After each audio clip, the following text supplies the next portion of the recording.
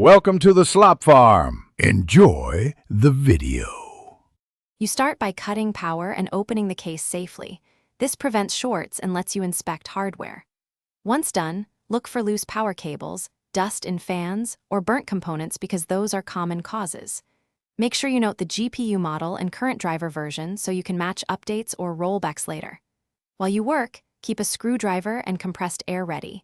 They speed removal and cleaning and reduce the chance of leaving debris behind. Next, remove the GPU and clean both the card and slot to eliminate poor contacts that cause instability. Once cleaned, reseat the card firmly and reconnect any 6 or 8-pin power leads.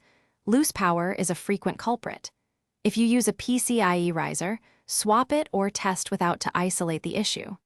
Then boot to BIOS to confirm post and basic video. After that, load the OS and observe temperatures and image. Finally, address software and stability.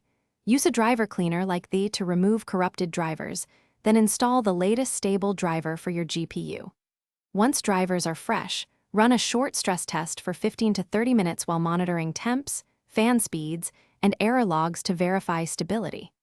If you still see crashes or artifacts, swap the PSU or use a different PCIe slot to isolate hardware faults. If problems continue after those steps, prepare for RMA or professional repair as the last resort.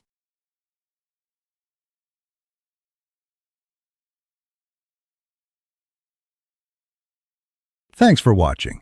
Consider subscribing if we helped you today.